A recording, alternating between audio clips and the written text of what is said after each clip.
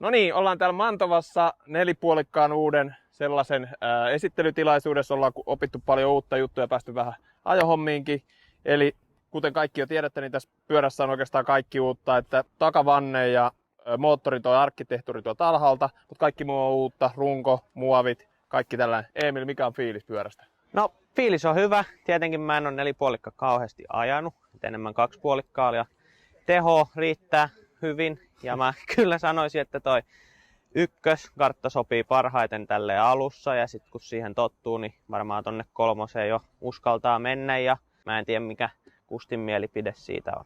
No joo, siis itselle juurikin näin, eli 3 karttaa, eli ykkönen on se standardi, kakkonen on sellainen vähän loivempi, helpompi ja sitten tämä niin sanottu tehokartta, eli sellainen pehmeälle hiekalle sopiva on tuo 3. Kyllä nyt setämiehen on tullut se raja vastaan, että kakkoskartta on mulle paras. Sillä mä pystyn rullaamaan mutkat ja se on niinku aika kiva. Ja sitten tuo traction controli, siinä on 3 tasoa. Ykkönen on matalin, eli se vähiten vaikuttaa ja mä itse tykkään siitä, että kuitenkin vastaa kaasuun hyvin. Ja sitten taas tuo starttiapuri, niin mä koitin näitä 3 eri vaihtoehtoja, eli siinä on ykkönen on sellainen, missä kierrokset on ylempänä, ja sitten on 2 ja 3 se matalenee. Eli periaatteessa 3 pitäisi olla sellainen aloitteelle sopiva ja näin.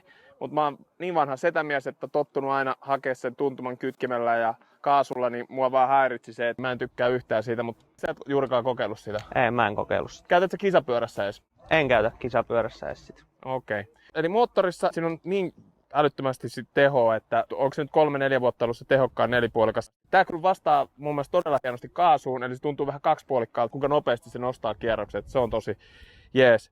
Nyt kun tää kiertää ja vastaa kaasuun, niin mä huomaan, että mä ajan 2 koko radan suunnilleen. Se kertoo jotain mun vauhdista ehkä. Mutta jos puhutaan ergonomiasta, pienempi, kompaktimpi, mitä sulla on mielipide? Joo, se on tosi pieni.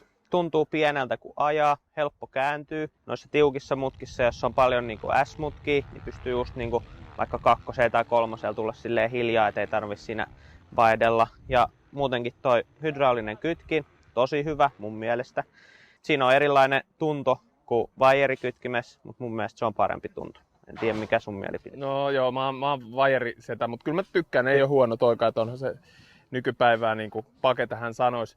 Jos puhutaan sitten jousituksesta, niin todella herkkä, ja mä en tiedä, jos johtuuko se geometriasta vai sitten hiskarista, niin toimii kyllä todella hyvin mutkiin ajattaessa ja näin, mutta itselle ehkä vähän liian nopea oli, niin nyt mä laitoin sitten reboundia edessä ja takana kiinni ja komppia kiinni pikkasen edessä, niin sitten se rupesi olla mun mielestä parempi. Mikä sun ajatus on? No joo, on se vähän semmonen, että mun mielestä se toimii hyvin silleen, että jos on jarrupatteja, niin etupää ainakin on se tuntone, että sinne pitää uskaltaa vaan mennä kaasulle.